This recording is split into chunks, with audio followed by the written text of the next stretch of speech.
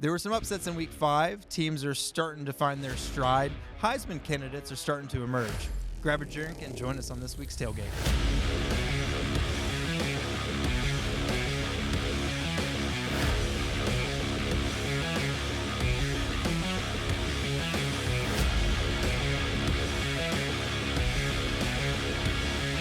Thanks for joining us at the Tailgate. I'm Luke, and of course, as always, I'm here with my co-hosts Michael and Dennis.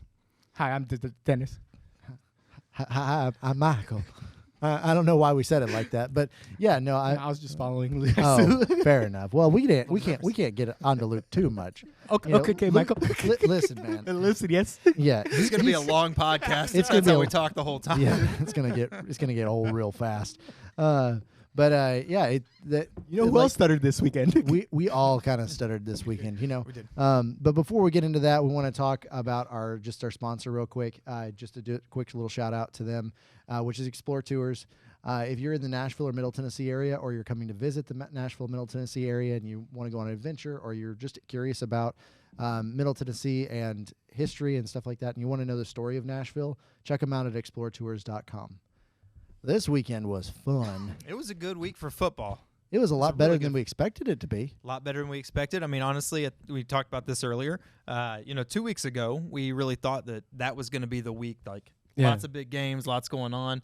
This week really proved to kind of be about the same. It was pretty I feel equal. like we're hitting that kind of stride in the season where every week is going to be actually a good football week. 100%. So, I mean, I'm excited for it. I'm really happy. It's looking good. Now, obviously, we need to recap our last week's game of the week. Yeah. Mike, Yeah. you want to kick that off for us? Yeah, you know what? I'll happily kick that off for us. You know, my game of the week last week was Tennessee versus South Carolina, and man, did Tennessee ever show up? They showed up in, they're just great fashion. They handled South Carolina without any trouble. When you said fashion, I thought you were going to talk about their uniforms. Oh well, let's talk about you that know, because they were look dashing. dude, like the blackout uniforms, man. They're some of the sharpest and most handsome uniforms out they there. are. They're good-looking uniforms. Yeah, no, I mean, I agree. One thing I do wish, though, is the fact that they had the end zone also kind of black and orange. mean, I feel get like that would be cool. I feel like that would have just put the perfect icing on the cake, you know? Just made the uniforms just stand out a little bit more. I mean, I get you. And honestly, I agree with you. It would be cool if they did that. But I get why they didn't. You know, it's sometimes hard to do. They were stuff already like that. over their paint budget for the Probably. They Probably. couldn't stay within the lines. But just from a from a gameplay perspective, I mean, the of course the uniforms were super cool, and I think they did their job. They kind of gave that When you look good, you play good. Well, yeah, there's that. You felt handsome. You're gonna play a little bit more, just a little tighter, just a little better. little better. But and it also just had a psychological effect. A lot of the fans were black too, so just to kind of instill terror. And it engages them a little bit more. It does, it's a little yeah. bit different. They get a little bit more pumped up. This is a And I little think bit. That's exactly why Neyland Stadium's always the hardest stadium to play in. Yeah, So it's definitely one of the and from what I understand, I wasn't there, but from what I understand, it was incredibly ruckus. It was super loud. It's very hard for South Carolina's offense to get into stride at all, which is good. That's what you want. Yep. And I mean, that's par for the course for UT. They're one of the loudest stadiums out there. So Yep. And so I know it hit over 100 decibels multiple times during that game, which is great. But the thing is too, we can't just hand it to the fans who did a great job. They showed up for their team, but Tennessee's team on both sides of the ball played their best game so far this year. And I mean, you've got literally if you go and look at the stats, you've got their defense held Spencer Rattler, one of the best QBs in the SEC right now. I would say probably close to even be competitive as just cross college football. I cross don't think he's the college, best one, but he could definitely be in conversation. Yeah, just like what we talked about last week. If he had the right offensive line, he probably would be one of the best 100%. in he would be in the Heisman conversation. 100%. But they held him to 169 yards and 0 touchdown passes, which is insane. And then if you take away the one explosive, which you can't take away, they had it, but you take away the one explosive, rushing play that South Carolina had, they had no offense. They had 57 yards of rushing, of running. That's nothing. Tennessee's defense on both aspects, both the running game and the passing game, shut them down.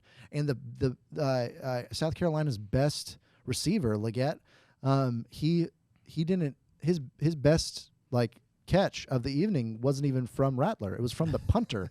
Man, he can kick and throw. He kicked and throw. They did a little punt do fake, it all, and it worked. And the thing is, you have to watch out for that from Beamer. But the other part of that is, Tennessee's offense just clicked. Over 200 passing yards, over 300 rushing yards. They really seem to come into their own this game. I mean, it's a great game to do it. Like you said, this is kind of like a game where they want to get them back from last year. They really want it. It's a revenge game, as you called it. And they really they opened up their playbook. That is one thing. Yeah, I know, Dennis. I'm really happy. That's why I'm looking at you when you said that. I was like, not many bubble screens there, Dennis. That's one thing I love. And I know Michael's probably tired of me kind of saying this, is the fact that I hate the fact that as talented players as they have, the talent are around them. Don't get me wrong, give it to your playmakers, make them make the move. But it's nice to know that you have a quarterback who has one of the strongest arms in college football, if not the strongest. Use it. Spread the defense. Have the offense do what they do best, and that gives you the ability to have your backfield, the running backs, run. And the fact that Tennessee also had their offensive line actually healthy this week, I believe. So their center came back. Trust me, most offensive linemen love the run game. They love to be able to push around and basically just dominate. So especially in the SEC, where all these basically players are just big. Let them push around. They don't want to get pushed around. And on the defensive side, those guys love to be able to blitz. They love to be able to push guys around too. I mean, our defense was relentless against Rattler. What, six sacks? 6 sacks, 8 tackles for a loss, and there was one play where we literally had Tennessee had them backed up into their own end zone, and they ran Rattler out the back of his own end zone. He threw it away and got intentional grounding before he got a safety. And honestly, at that point, I'm just like, man, if you intentional ground in the end zone, that should be a safety. I thought that was in college football. That's I know it was in the pros. That's what I thought, but they didn't call it that. No. So, but it's... maybe refs missed that call. Maybe that was. Not on my list. But, no, but, I mean, that's when you know you're in somebody's head. I mean, and not just, you can't put it all on Rattler. That's a coaching decision as well when you're back there. 6 sacks, 8 tackles for loss, running out the back of the end zone. I mean, they were shook. Yeah. They were shook. They just couldn't get any offense going. So it was by then it was just their game on how bad they're going to lose, essentially. Right. Yeah. Well, but speaking of teams that had offenses that seemed to be more of a defensive game. Yeah. So kind of the opposite of where it was coming from. My game was the Notre Dame Duke game. And man, I never played football, but I played defense on my lacrosse team. I love defense. I love the hitting, and I love just stopping those high-powered offenses. And the Notre Dame Duke game, it was all about defense. Yep. Notre Dame went up 13 from the first to the third. They had 13 unanswered. Duke finally got on the board with I think it was 3.5 minutes to go in the third or something like that. Yeah. And then Duke went up, I think 14-13 with about 9 minutes to go in the fourth. And then Notre Dame took a play out of a playbook that Ohio State did about a week earlier. He has to mention Ohio State. He has to bring him up. Listen. Ohio State, we had a bye week. Yeah. So, I have to. Only for a second, can Ohio State actually pull out? Exactly. They only needed that last drive. Yeah. Hey, Notre Dame, you're welcome. You're welcome for giving you all those plays. Yep. But I mean, they did it. They came back and they drove, and it really did. I mean, all joking aside, it was very reminiscent of the, getting fourth down plays and going into third and long, fourth and long, and converting some of those plays. It was a really fun drive to watch.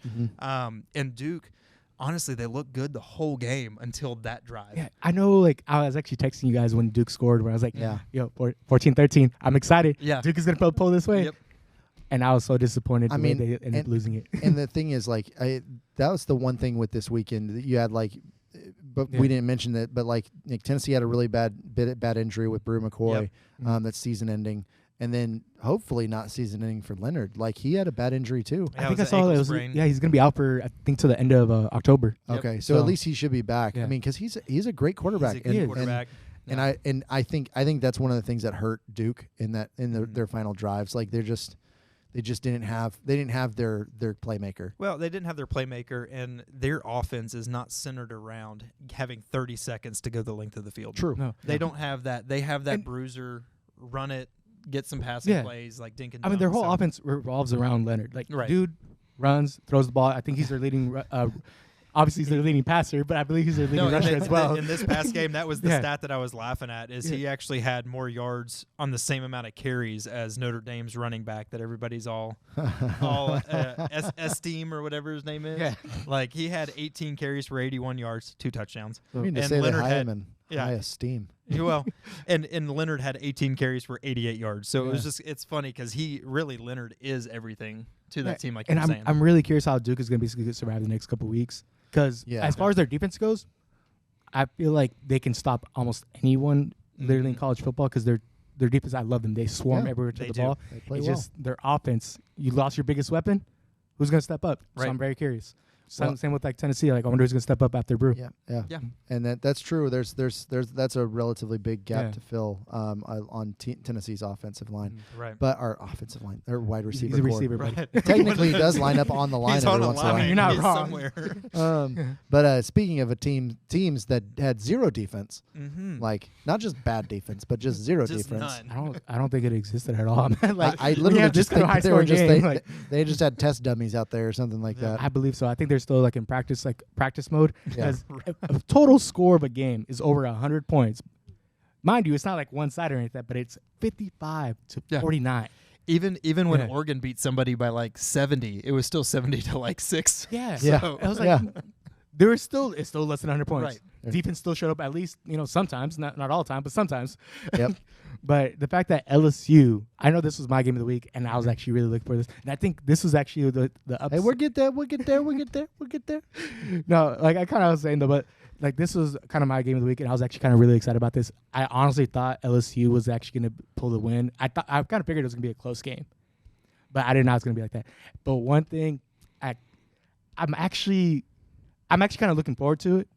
The fact that this particular hit, and I feel like I hope it kind of becomes a pattern, honestly, because he does not know. I feel like it's So this is bad. you're going straight from recap. You just can't wait to get to the No, big hit. because the fact that the reason why I want to say this now, he got hit really hard. He got blasted by FSU early on, and so he's like, you know what? It's time for me to get hit again.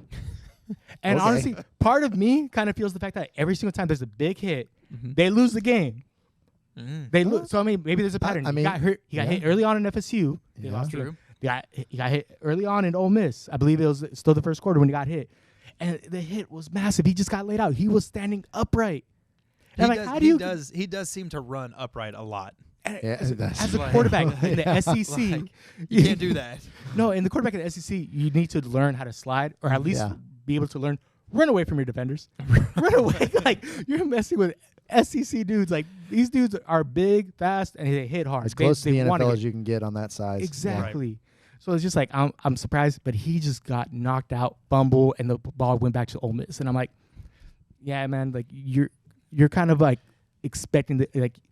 At this point, I know you're gonna get hit. I'm just wondering if it's gonna happen in week 8 or week 9. Let me know if you believe it's gonna happen sooner. Which game? Because honestly, if I had to bet, it'd probably be week 9. That's It possible. follows What are the betting pattern. lines on that? Like, Yeah. The betting lines on I mean, that. I gotta check out Vegas to make sure on that. Well, I mean, to go into that, I mean, honestly, Yeah. like, that was your game of the week. Yes, it was. Your big hit comes from there. The implosions. So we're going to go ahead and Ooh. call them out on the implosions. Yes, no, we have Now, to. now I have 2 teams that I'm going to call out on implosions Fair enough. today, but you do have to call out LSU on this one because they My allowed in feelings the got hurt. 4th quarter. My feelings got hurt, but go ahead. Go on. Oh, I'm sorry. What? No, my feelings got hurt, but what happened? Go ahead. Yeah, got you. he had picked LSU to win this game. Yes, so I did. That's why But Ole Miss scored 21 points. I believe it was unanswered in that 4th quarter. There's to- there's a one touchdown between, but Okay, so yeah. either way, LSU allowed 21 points in the 4th quarter and only scored 7 to allow them to tie it. Okay? And then they went into overtime and lost it. So, like, especially in a game that big, when it's, a 23 and a 16 going against each other, like, you can't go through 3 quarters playing decent, playing good, being ahead, to then allow 21 points in the fourth quarter. True. So I don't know what to say, man, because like LSU actually was really high on my list of basically possibly winning the SEC. Yeah, same Jaden here. Daniels was actually one of the players that I was like, hey, he's a must watch. Yep. And your hopes are imploding.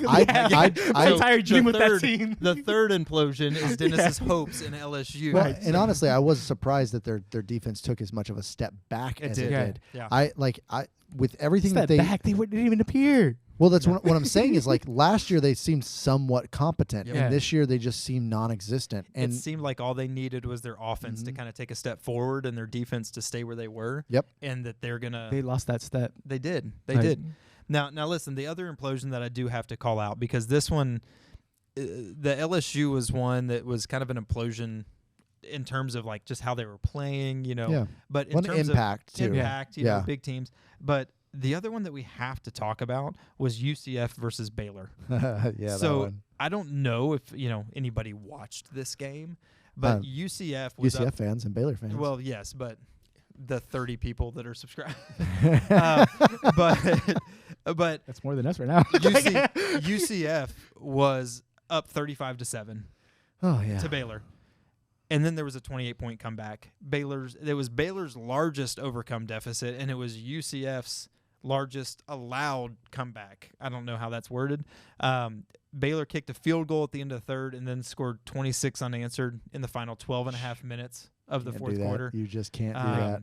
Not UCF 26. had like this. 20. I don't care what kind of defense you have. Oh, yeah. Like 26. No, that's Well, ridiculous. especially when you put up 35 in the first 3 quarters. Yeah. Yeah. You And they should be look able to dominant. score something. Yeah. But then the there was a little bit of an impressive by Timmy McClain, UCF's quarterback. Yep.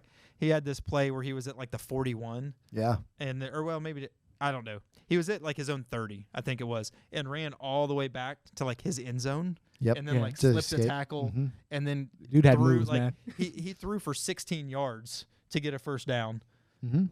After never running quit on for the like play. 70. Yeah, he never quit, but it was pretty impressive. And then their kicker missed a 59-yard field goal, lose the game. I mean, it was, in terms of numbers, it was the implosion of the week. And then I also have to give a shout-out. I love kickers. We talked about the thicker kicker a couple weeks ago. Oh yeah. UCF's Mizzou. kicker, even though he missed, his name's Colton Boomer. Like, I think that's just a really cool that's a name cool for a name. kicker. I mean, he kind of like did not live up to it. He's supposed to boom the kick. he and you didn't completely boom. He missed it. didn't boom this one, Right. but like it's still a cool name for a kicker. So, but those were my implosions. Like LSU, you got to play better at the fourth quarter. You're a big time like, school. I'm- You got to play. It's just, UCF, especially if you're the favorite, man. Like, it's just especially if they're True. favorite. UCF, just score another touchdown or another field goal. Yeah. Like, come on, guys. So Well, and they could really take they could really take some lessons from what Tennessee did to secure course this you gotta catch of bring the them. week. I'm going to bring them up a couple times because they did some big now, things this week. and to be fair, we're not putting the homer up today No. for Michael because we don't feel like this is a homer moment. This is just they legitimately played They played very well. good. These were And some things that were they pertinent. finally opened up the playbooks. Like, Yeah, they I'm- finally opened Yep. up the play. Let 'em Like, have it. and one of the things that they did is they finally did a deep ball from Milton to Squirrel White, and arguably one of the best passes he will catch probably all year. True. 50-yard pass, and he leaped up for that. The defender's hand was in his face. If he hadn't caught that, it totally would have been pass interference, 100%. And I think they just let it slide because of the fact that he caught it, because I think they were surprised he even caught it. But if they didn't call it, Yeah. it would have been. It should have been pass interference. Yeah, it would have been a bad call if they didn't call it. He goes up, leaps up, and just catches it in between his legs, and then brings it in and secures that ball. And it was an amazing catch. Everybody was like, "Did he catch it?" And then you see the ref go, "Yes, he got it." I was like, "Whoa, that's impressive." I go look really into it. He's trying to reenact it. He's like, I got it. Yeah. Yes. Yeah. I mean, it was great. I think Michael's just imagining that at his place. He's like, so he caught it like Well, it this. was I got to like do it it. was like one of the first weeks when I was under the table, like trying to like pretend like I was Marvin Williams, keeping my Marvin Harrison, keeping my feet. Like, who's Marvin Marvin Williams? I don't know. Marvin Harrison Williams. I was like, I have no idea who that is. All right, like Are you trying to adopt him? That's cute. If you want me to adopt you, I will. Just hit him up on Twitter. Yeah, your What- dad's probably. What's your a Twitter little handle bit- again? What's your Twitter handle? At LBW Tailgate. There you go. See, yeah, see, you can reach out to him. He'll adopt you. I'll get the paperwork ready. Yeah, it'll be kind of like I'll be happy. It won't be like the Blindside thing, at all. Ooh, it That's- won't because I don't have that much money. No, definitely. We are in Tennessee though, so we have to be careful. That know? is true. Yeah, it's similar. It's a little similar. But speaking of like quarterbacks that can make crazy throws, Yeah. So some of the Heisman, we haven't done this in a few weeks, really, Yeah. since we started the we season. wanted to let some things flesh out. Yeah, we wanted to see see what kind of happens. what happened at the beginning, but kind of looking at, I guess, what we think are kind of the current leaders for the Heisman. Dennis, you want to start us off on that one? I gotta go with my favorite man, the favorite that's kind of been around already for now a couple of years, Caleb Williams. Mm-hmm. He's played phenomenal ball. Like I know, Michael, you probably don't agree with this, nor you do, but hey, His he's numbers are won great. for a reason. Yep. He's the reason why USC is winning because their There's no- defense is definitely not going to do There's anything. no other reason why they're winning. So, like, if he's able to literally carry a whole team and be one of the better teams Yep. in the Pac-12, you can't argue with this. Like, I mean, when you almost lose to Colorado, when you almost allow a comeback, and still the only thing that anybody's talking about is your 6 touchdowns, you're doing pretty good. It's right? true. I mean, You're he's doing pretty played good. I mean, his he completion needed those percentage 6 for the season. touchdowns. And Like- and I mean, to stay within that Pac-12, Yeah. which good on the Pac-12, man. You guys are showing out for your last season. I'm Yeah. going with Michael Penix Jr. That's fair. I mean, that to me, he's got the yards, he's got the touchdown to interception. He's really playing phenomenal He's too playing as well. phenomenal. Yeah. He doesn't have as much talent on his team as somebody Mhm. like a Caleb Williams, so I think that really shows how good he is that he's playing with less talent. Nobody's really talking about him. I don't really see much in the media about him, but he's just having a great season. Washington is kind of flying under the radar. Like you kind of forget that Yeah. they're a top 10 team. And I'm gonna agree. And so I have to go with him. I think he's playing the best ball out of all the quarterbacks. Honestly, I was really impressed because I know they lost their starting running back at the beginning Mhm. before the season even started. Yep. So it was more like, I think me and you were talking about like, hey, who's gonna step up in terms of the Yep. backfield?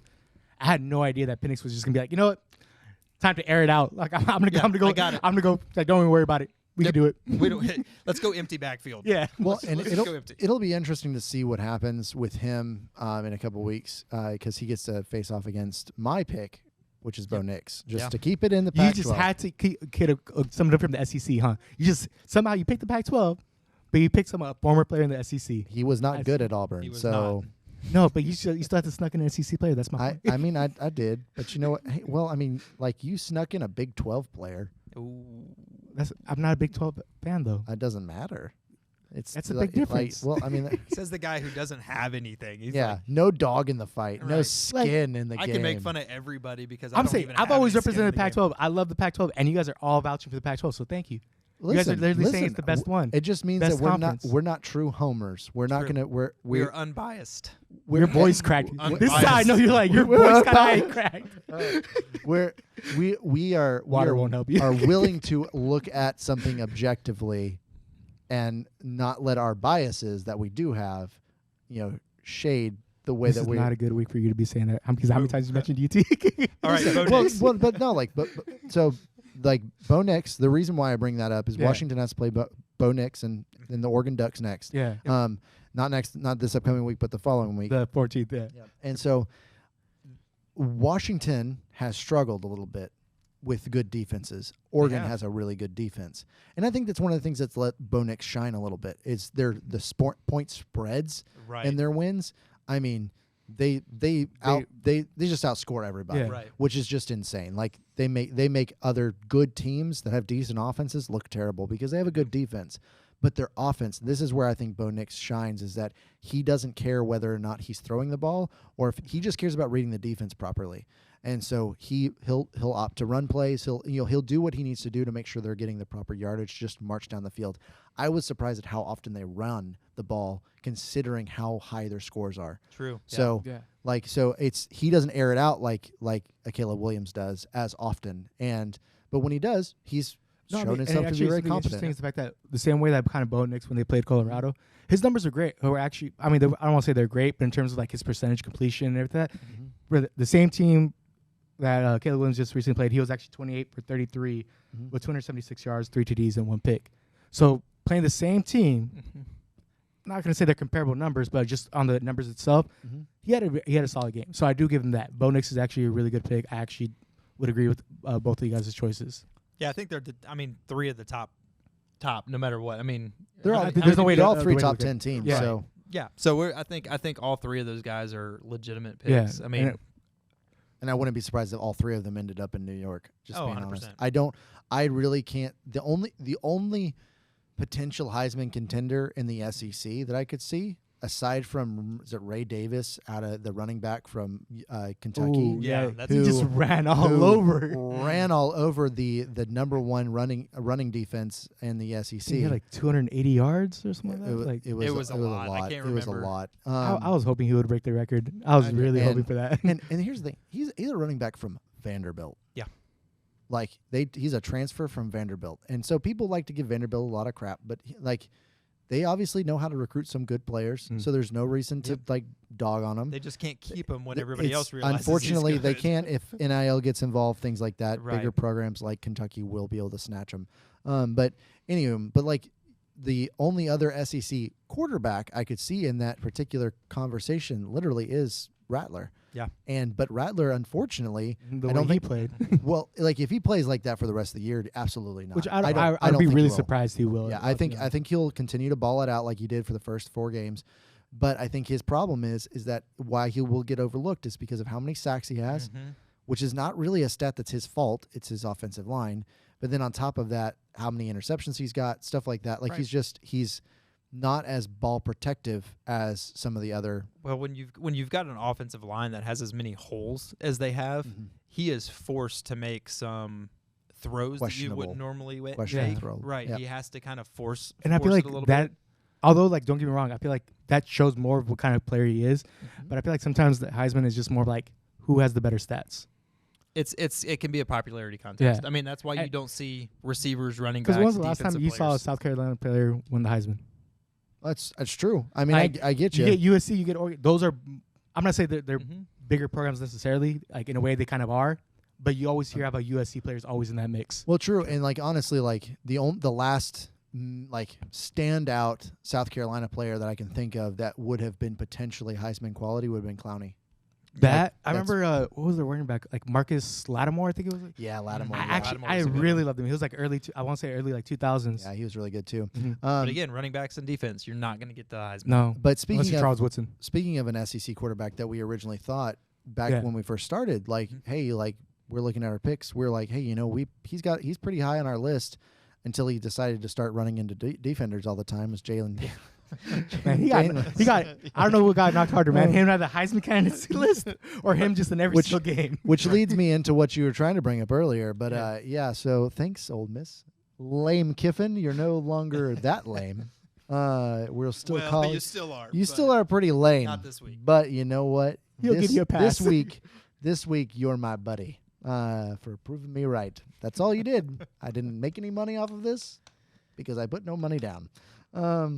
But I again, Ole Miss came back, won that. I honestly am glad they did. It was at home. They needed the morale boost. But it was also just it's just fun to see the West in turmoil because the East is kind of in turmoil. Right. People don't think that right now because right now Georgia hasn't lost, so they're just like, oh yeah, well, yeah. But Georgia also really only played one team from the East so far. So let's see what happens in a couple weeks. Well, and it's fun just watching the SEC right now. This is the first time in years that you just like look at the SEC and go, I have no clue what's going on in the SEC right now. Like there's no clear-cut favorite. I mean, even some, like you rarely even see some of the bottom, like UK, like Yeah. Kentucky is starting to climb Missouri. up. Like Missouri, you're going, what is going on? So it's really fun watching. I wonder if they can keep the momentum because like Kentucky, I feel like every single year like they have a good start, and somewhere along the lines they just like, yeah, we just lost 4 games in a row. I'm like, Which could happen. what's going on here? Which really could happen. Yeah. It could. I mean, you know, and I think this upcoming week will show some more of that. Yeah. But we'll kind of move on. Just with, I do have to eat a minor slice of humble pie, and that's because of the fact that Kansas decided not to play their starting quarterback. I mean, obviously there's a reason for it, but so the Kansas versus Texas pick that has a giant asterisk next to it because the star player and the playmaker for their team was out. So I feel like I only really deserve like half a slice because it wasn't like actually Kansas playing Texas. Right. He was out. I just looked it up. He was out. He missed their season opener against Missouri State due to back tightness. I mean, Missouri State's that's a right. very, And He then was it's a very late scary one, scratch. I'm Yeah, well, yeah, it's a little different when you don't play against Missouri State than when you don't play against Texas. I mean, Yeah. a little bit different, but yeah, it looks like he re-aggravated his back in the warm-up. So Hey, just so you know, it's called a masseuse. right, You should get a heat masseuse. pad. Heat pad. Yeah, icy hot. Right. I remember Shaq doing those commercials. But the other Icy Hot's not a sponsor yet. by Icy the not way. yeah. But if you'd like to If be, you're watching, yeah, hey, well, comment below, and we'll I can use a connect. couple packs. yeah, my back hurts Yeah. a little bit. Yeah, these chairs are actually pretty comfortable. I don't know what I'm complaining about. But and this wasn't an upset from last week, but I had to bring it up because of the fact that Utah. I kept on making bets against Utah, and they kept on proving me wrong, and so I ate my words a little bit with them, and stopped. and I stopped. And when I stopped and said I wasn't going to bet against them until they lost, they did that thing You this cursed week. him. You cursed him. I did. You cursed I'm him. sorry, Utah fans. I do apologize. He will pick against you for Um, the rest of the year. Yeah, I'm gonna pick against you for the rest of the year. No, I'm just kidding. But yeah, that was a pretty upsetting loss. Like, I mean, granted, like, would that game have been different if Cam Rising was in there? I think so. You could see on his Probably. face that he wanted to be playing because he was out there throwing the ball. I mean, he's a competitor. Like, Yeah. he's That's- going to want to be. I just feel bad for him and for Utah right now. I mean, that's just a hard situation for him to be in, and Yep. the quarterbacks, that are behind him are playing well, but like, oh man, And just you hate know the for fact him. that like the way he's compared, the way he's kind of playing, and the fact that Utah's also in the Pac-12, he wants to be able Yeah. to stand out. Yeah. Yep. Oh Like, yeah. he wants to be able to represent Utah in just the entire thing. So, But the Yeah. thing is, if he gets healthy before they get to their really, really big games, and they're able to start laying down some Yeah. upsets, I think it's gonna be a lot of fun. but I'm kind of It curious would though be. too, because like I haven't really heard like where is like his health situation is at. So I'm like, is he going to come play? If he does play, is he going to be 100%? right. Yep. So Well, and hopefully that's what they're doing is they're waiting for him to be 100% before they bring him in. yeah, We'll see. Now listen, talking about humble pie, we'll get into a little bit of eating your words. So Hold on. No. I've got the Eat Your Words segment for this week. I'm sorry. But Okay. yeah, no. Michael's determined Yeah, about this. He's I'm like, nope. determined about this because Okay. this is all where that work I did for nothing. yeah. So I'm sorry. I'm throwing your notes out the window. We're Yeah. going with my thing because, and I'm riled up about this a little bit, just a wee bit. Okay. We've been talking nice things about Spencer Rattler all podcast, and Yes. honestly, we have been for weeks. Yeah. I mean, pretty Um, much. And it's not like he entire got year. onto us, but No. he said something after his loss to Tennessee that just made him sound like a sourpuss. Like Okay. it's like, come on, man. Like he's just like, well, yeah, this was Tennessee's Super Bowl. It's like Ooh. this isn't Tennessee's Super Bowl. Hey, man, I just hate to break it to you, but Tennessee does have to play Bama and Georgia in the coming weeks.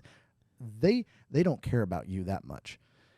Like I'm sorry, man. Like they really don't. Like I did not hear that, and that is, that makes me really disappointed in him. Yeah. Like, I mean, that's just. I mean, I know you have a lot of emotions Yeah. coming off of a game like that and everything, but lose with a little bit more respect and and a little more dignity. That's the thing. Yeah. When they were interviewing, it kind of surprised me, like because it literally says like the way I feel like the way he snuck it in. yeah. Like he's like, hey, we just didn't find a rhythm all night. We're 2-3, but it doesn't feel like 2-3, which I actually kind of agree with that. That But immediately after saying that, he's like 2-3, it's their Super Bowl. Congrats to them.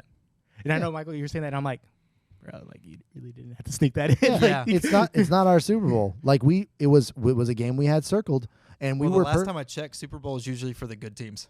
That's true. Yeah. Yeah. That's fair. And and it's just like the thing is like for Tennessee, like, yeah, it was a game that we had circled. And honestly, if you talked with any Vols fan, they would have been like, you know what, if we lost every game but wiped the floor with South Carolina, we'd be fine. After what they did to us last year, we'd be fine with that.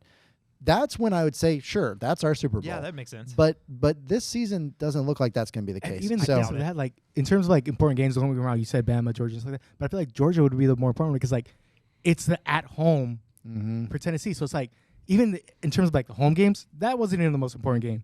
So no, like, not at home. Yeah, right. We're going to be hosting number 1 Georgia in a couple weeks. I mean, it's the way I don't know the way they play. I mean, that's a little less Super Bowl and a little more like first round of the playoffs. True. Right. I mean, at that point, like if They'll Tennessee, determine a lot of things at that yeah, point. well, yeah, if Tennessee beats Georgia, then I'm pretty sure Georgia's out of the playoffs, considering how poorly they've played against all of their competition And the this year. SEC is even more on its head. Oh, it's great. It's so much fun. Okay, It's so great. So you good now? I'm good. I just Okay. had to get that off my chest. He was a little No, Rattler, rattled. I'm disappointed. He was a in little him. rattled. And that was better than mine. So like we're Okay. good. Okay, good. Now getting into some bad calls. Can I have this one, or do you want to take Sure. those? over too? I'll let you take that. Okay. He needs, I don't have he needs to anything. cool down Yeah. a little bit. You know? Okay, yeah. You sit there, have a drink, and then we'll I'll move have a on. drink. So there was a couple of bad calls this week, and I'm sure that there were a lot more that I missed. So if I did, at me, LBW Tailgate, Yeah. or comment, on this, whatever. But the bad reffing call, Louisville this week played NC State, and it was a close game. It was ended 13-10, but there was a touchdown pass in the third, I believe it was, where the Louisville receiver and the defender both kind of went for the ball at the same time. The Louisville receiver, you can't really see it. Honestly, there's no real angle that I could find where you could see him hold the ball. However, you just when you watch something, you know that they have the ball. Yeah. You just know, like, they're not moving, they're not trying to grab the ball. He got the ball. They go down. You see it in his arms, and they called it incomplete. Yeah. And they go to the review, and I mean, when you watch the review, it was, in my opinion, I don't know how. The only reason I could say that they didn't overturn it was because they couldn't tell, and that the play on the call on the field was an incomplete It has to pass. stand, yeah. And it has to stand because you have no conclusive evidence. Yeah. However, the call on the field should have been a touchdown, and I think that they should have reviewed it, and then so it was just a bad call. And in one of those games where, again, 13-10 is a final score, would it have changed the outcome of the game?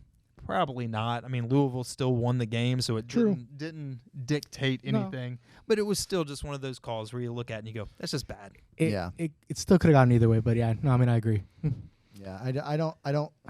Again, it goes back to kind of like a similar thing of what we talked about. It's one of those, like, at the end of the day, it still affects the morale of the team. True. It still affects the box office score. It's still like it might not affect the actual end product of the game, but refs need to understand. Like, I think we were talking about it earlier. Like they're kind of like the police officers out there. When something is miscalled or missed, things like that, like that's an injustice done to the team that they did that to. Yep.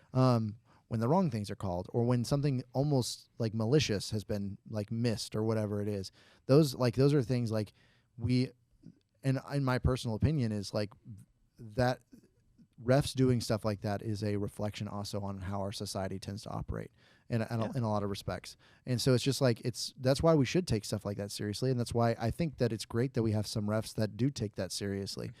But it's just more of, we need more refs to be willing to admit when they're wrong, wave something off, or whatever it may be, like just when they're unsure, stuff like that. Right. Or we just need to adopt better play calling or penalty calling practices like they have in like the XFL, because I think that they've actually got a lot of stuff down that the NFL and college really need to adopt. Could benefit from, yeah. So, but yeah, so that was my the call for the play. But now I'm going to get into the coaching bad play call, Ooh. and that's going to go to Mr. Mike Elko, the Duke football coach. We talked a little bit earlier about Notre Dame and that great Ohio State-like drive that they went on at the end of the game to win. But there was one play on there where I just got a little angry watching it. I'm pulling for Duke. You're saying that we're sitting there going, they're up 14-13. Yeah, let's do this. And then there was this 4th and 16 that Sam Hartman went back to pass for and kind of ran around in the pocket. And then all of a sudden he goes, look at this. There's like 20 yards right here in front of me. I'm going to take those. And he just sauntered up and got the first down. And I watched that, and I watched it a couple times. And if there's one thing that we can say about Sam Hartman, he's really, really good when he's not getting pressured. Yep. And I think that was shown in the Ohio State game. As soon as Ohio State started bringing pressure, he couldn't do anything. Yep. In this game, Duke on multiple occasions brought pressure, and when they did, he got flustered, threw it away, threw a bad pass, whatever it may be. So why, on 4th and 16, are you going to drop 8 players back into his zone coverage and rush 3 and not put pressure on him? Yeah. It blows my mind. Prevent defense prevents you from winning. Right. I've never been a big fan of that. I always feel like you have to have at least 4 rushers and at least have a QB spot. If you don't have 4, have a QB spot. Especially in this kind of case, it would have taken care of that situation. Yeah. Yep. So it just that's my bad call. I just think that I've said it. I think we've all said it. I like if something's been working for you, you continue to do that thing. Yeah. If it broke, don't try to fix it. Exactly. And if it is broke, then change it. But I think that's the one. If there was anything bad about Sam Hartman, I like Sam Hartman. I think he's a good quarterback. But if there was one bad thing about him, he can't play under pressure. Yeah. He can't make quick decisions. He can't make those decisions under pressure that are going to lead him to win. So why you don't rush, I don't get it. Yeah, he doesn't have the natural talent to get himself out of those situations. I kind of wonder, as the season goes, how he's going to be able to kind of be able to go with that. Because, to be honest, Notre Dame hasn't played a lot of good teams. I said not a lot. I didn't say not any. Don't. I was like, he got really red right there. Them's fighting words. I was like, but it's just when you play good teams from bad teams, you can get surprised. Oh crap, the defense I played last week wasn't as fast. Right. Because to be honest, even though Ohio State does have a good defense, I personally think Duke's defense is a little bit quicker. Yeah. And the way they swarm to the ball is one of the reasons why I really like Duke about. So yeah. And the thing is, I think what Notre Dame's going to run into later is the more explosive offenses they're going to have to deal with. Yeah. They have to play USC coming up, and just USC's offense. They're not going to have to deal with the defense, but I think the offensive side is going to USC. Send the house. Yeah. Every time. Just send the house. That's where Hartman's going to have to deal with pressure. He's going to have to deal with a different type of pressure. He's going to have to play a lot faster than he's used to. Right. And I don't think he's going to handle that well because I think he's going to expect his defense to be able to stop USC. And there's not many defenses that can stop USC. Just Colorado for the end of the game. Yeah. or Utah. Right. Utah has, for some reason, USC's number. They had it all last year. So I would imagine they're still going to have it this year. Well, they only needed it one game. Well, they played them twice last year. They beat him in the regular season, and they beat him in the Pac-12 championship. You're right. And they beat him bad in the championship. Yeah, no, they beat him by 3 or 4 But speaking of scores. weird upsets, because that was a weird upset last year. Yeah. Speaking of upsets, I got 3 for y'all this week. Okay. All right. So how many? Do you think he's gonna be wrong about any? I think I'm. Whatever he says about Utah, he's going to be wrong. Well, I'm not bringing Utah into this one. He might be right about Colorado. I'm not bringing them into this one either. We got 140 something more games. Let's not do that. We only have a few more minutes. But the upset alert, the first one that I've got this week is going to be Texas A&M over Bama. Ooh. I think Texas A&M is going to. I think they're going to dethrone Bama, in the sense of Bama right now still leading the West, and I think Bama's dreams for the West are going to be dashed by Texas A&M. Okay. And they're playing at Texas A&M, Okay. which is very tough. Texas A&M has shown some competence. They've shown to be much improved since the Miami game, and honestly, they looked decent in the Miami game. Yeah, I mean, other than I think the last few minutes of the game, that's kind of where they kind of fell apart. But throughout the rest of the beginning of the whole game, they played well. Yeah, so it would also be nice if they got Texas A&M got a little bit overconfident before they played Tennessee the next week. It'd be great. That'd nice. Be awesome.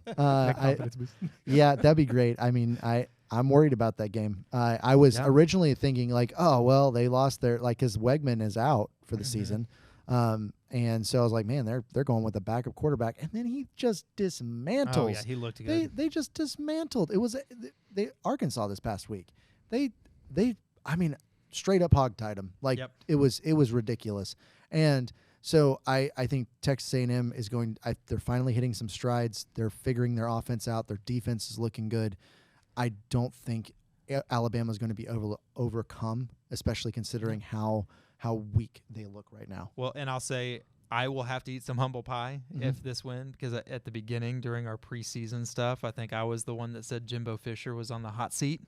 And this was I would agree with you on that. Fired season, and if he beats Bama, I think that settles a lot. That settles a lot of it. Yep. He's at least got another year. If he can beat Bama, then I'll have a piece of your pie. That's fair. Okay, well I'll share. I've got lots. The other upset that I've got for this week is I've got Louisville over Notre Dame. Ooh, I really hope that one happens. Yeah, I really hope that one happens. Every time now I know we pick against Notre Dame a lot on this show because we don't like them. Because we don't like Notre Dame, and we tried to tone it back a little bit since they did show some competency against Ohio State, but Louisville is they're just hot right now. Mm-hmm. They're just they're fun to watch. They've got a really fun offense to watch, and they easily could be a Cinderella story of the ACC. And I know Dennis, you called that early on this year. Yeah. He was their black horse, or they were his black horse. Yep. Yeah, I mean, I think they're a really good team. Dark horse, you meant. Dark horse. Yeah. He's not good with words. I'm not smart. We don't test them often. It's okay. It's all good. Again, I think Notre Dame is going to be potentially looking past Louisville. I think it's very possible. Mm-hmm. They better not be. I mean, Louisville's at the top of the ACC for a reason. They're looking good. Yep. I like that one. Yeah, I mean, that is my game of the week, honestly. So I'm excited for it. Like you guys said, I've been, don't get me wrong, like you guys said, I've also been. I think it's pretty obvious that I've been against Notre Dame, but I'm high on Louisville, man. It's just like the coaching that they have, the transfers that they've been able to bring in. I'm for it. I really hope Louisville's kind of my favorite to win that game. Fair enough. I like how throughout this whole thing we're like, we're trying to bring an unbiased, we all want to like real commentary. No Notre Dame. You know what? But here's the thing. It's realistic though. It's realistic. Like a lot of people don't like them. 90% of college football fans agree. And if you don't, comment below and share with us your thoughts on Notre Dame. A Notre Dame player had to make up a girlfriend because he couldn't get one. Like that's how much people don't like him. Even if you play for them, you're not gonna be dated. Like it just says. I'm just saying. It's just that fool's gold on their head. Exactly. So my last upset for the week, Kentucky is gonna upset UGA. Aren't they playing at Georgia? They're playing at Georgia. That's the only thing that makes me hesitate. Yeah. And that's why it's at the bottom of my list. But you have to remember that Kentucky was the only team last year that held Georgia's offense back, and that was 16-6. Yeah, it was a nail biter of a game. The only reason Kentucky couldn't do anything was because Levis really couldn't move the ball against Georgia's defense. Georgia's defense has clearly taken steps back. Their offense has taken major steps back, with the exception of Bowers. If you literally just had Bowers on the field, he wins for some reason. Yeah. Granted, you are an amazing player, Bowers. I just don't like he doesn't look fast to me. So I'm like, to me, I'm just like, how are you always open? He's big. He runs like Gronkowski. He's like, you're not the fastest player. You're not in the great round, but he's like somehow you make the catch, you make the play, and I give you a lot of credit for that. Yep. And so he's going to be a phenomenal NFL player, like easy first round pick. But easy if they get the right coverage on him, which Kentucky has a good defense, so if they get the right coverage on him, they're not going to be able to do anything. They're not going to be able to move the ball. Right. They barely were able to move it against Auburn's very, very, very poor, pitiful defense. Yeah. and then on top of that, one of the things that Georgia showed is that they don't have a good run defense. No. And what does University of Kentucky have? A really good running back. And they're coming right now super They're hot. hot. Super Yep. hot. So, like, if they were running over, like, I believe Ray Davis, he was averaging over 10 yards a carry. Yep. So, they have all the momentum. I wonder how it's going to be able to transfer to that game. And again, Yeah. he was running against the number 1 rush defense in the SEC so far. versus versus now you're running. He had to add that. He's like, so far. Right. Well, But going now against UGA's defense, who is not. So who has not shown that they're not they're obviously in the top 5, but Right. they're still And not. they're playing like subpar teams that with run games too. So it's like Right. you kind They've really We'll see. the only team they've played that has a good run game was Auburn. That's it, and they lost drastically against Auburn in that regard. Yep. Auburn's they ran all QBs over him. were running all over them. yeah. And so if UK can give them that upset this week, I think we're going to see we're going to finally see Georgia out of the number 1 spot, because they don't deserve to be there right now to begin with. No, they do not. If they lose to absolutely Kentucky, they need to be out of the top. top 10. I mean, don't. They need you to be know- out of the top 10. No, I mean, don't get me wrong. I agree, but Now, I feel what- like you're kind of will taking credit. Kentucky is you're making it seem like a bad team, like they don't deserve to be where No, they're no, no. at. No, top 10. No. Kentucky's in the top 25 for a reason. Yeah. They I think came in a little later than they should have. But there's a reason they're in the top 25. I think that they should be pushed into the top 10 if they beat Georgia. Yeah. And Georgia definitely out of the top 10. It just sounds like you guys weren't giving them any love. It's like no. it's I'm like- giving them all the love. Yeah. I think with the way that the AP has done Yeah. everything They so have far, favorites. and They like, definitely have favorites. I made a short about Yeah. this yesterday on YouTube, but it's like there it's so inconsistent. Now Yeah. they won't be out of the top 10. I would be surprised if they put them out of the top 10. Yeah, considering But how they treated should Notre be. Dame. Exactly, but they should be. Yeah. So I mean, it's just that's a pretty bad loss, Mhm. and so it doesn't make any sense to keep them there. But again, those are my upsets for the week. I like 'em. Yeah. I think they're going to be fun. They're I'm all hoping gonna, on mine. they're great games. Yeah. They're going to be They're gonna great be games fun. to watch. And unfortunately, I'm incredibly busy this Saturday, so I'm just going to have to record them and watch them later. So you guys better not ruin it in the chat. not No. promise I anything. will. Fair enough. I will. Promise anything. I'm not gonna be like I will. I'm not promising, and he's just like no. I'm already letting you know. I will. Well, let's go ahead and just tackle our games of the week. So Dennis, Louisville, Notre yeah. Dame, you've already Yeah. So Go Cardinals. go Cardinals. Okay. fair enough. Fair enough. That's their dark horse, the Louisville dark horse. Well, do you Right? have That's your- I felt like you learned a new word today. Like I you have to did. like try to use it a couple times. It's kind of like going into it. It's kind of like when I learned how to say yours. yours? Yeah, Yours. yours. Because in a perfect segue, my game of the week is going to be Texas Oklahoma. You cannot go wrong with the Red River rivalry. Oh man, I it's can't so say good. that. Say that again. I was like, Red Red River River rivalry.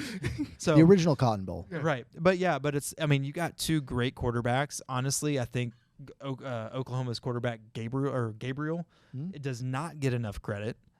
He currently is over 1,500 yards, 15 touchdowns, 2 interceptions, and Ewers, who has had so much love, is at over 1,300 yards, 10 touchdowns, 1 interception. So passing wise, Oklahoma's looking great.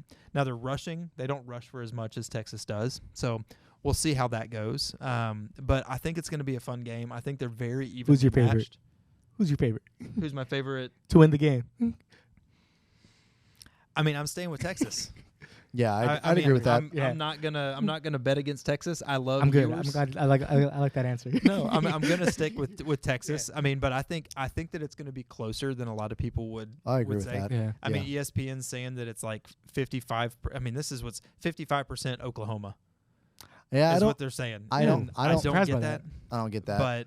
But yeah, I think Texas is going to pull it out. I think it's going to be a close game, but I don't think it's going to be as close as the score will say. Does that make sense? So Yeah. I think Texas is going to be the better team, Mhm. but the rivalry aspect of everything is what's going to keep Oklahoma in. Can't- We'll see. Can't sleep on rivalries. You can No. never sleep on rivalries. Yeah. So, Well, and again, like I speaking of rivalries and Texas, my game of the week is Bama and Texas A&M. Yeah. Yeah.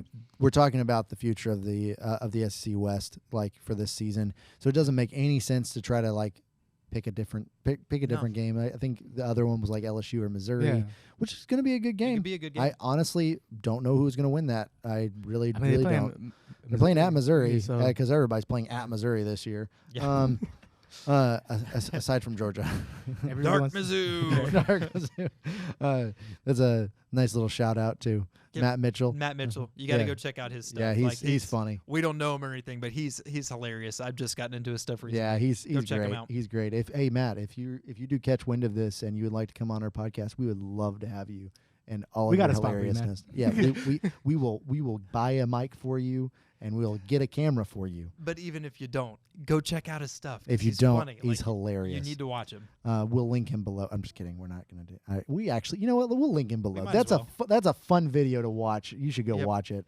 No, but there are a lot of good games this week. It's a lot of really good games, and again, I think Bama. I think all the ones that we picked for game of the week are going to be really fun games to watch, and it's just They going have to a lot of weight, so Yep. it's going to determine a lot. And even like again, going back to my little homerism, Ohio State is going to have a rough time, I think, against Maryland. Maryland is playing amazing ball. They're 5-0, should be in the top 25, Agreed. Especially over a 3-2 LSU. Yep. But I think that's going to be a fun game to watch. You got Washington State against UCLA. I mean, there's a lot of stuff. Florida State, Virginia Tech. That'll be a fun one. But a lot of good football going on. Oh yeah, great football going on. Well, again, thanks for joining tonight's tailgate. Come back next week, bring a drink, and join the conversation.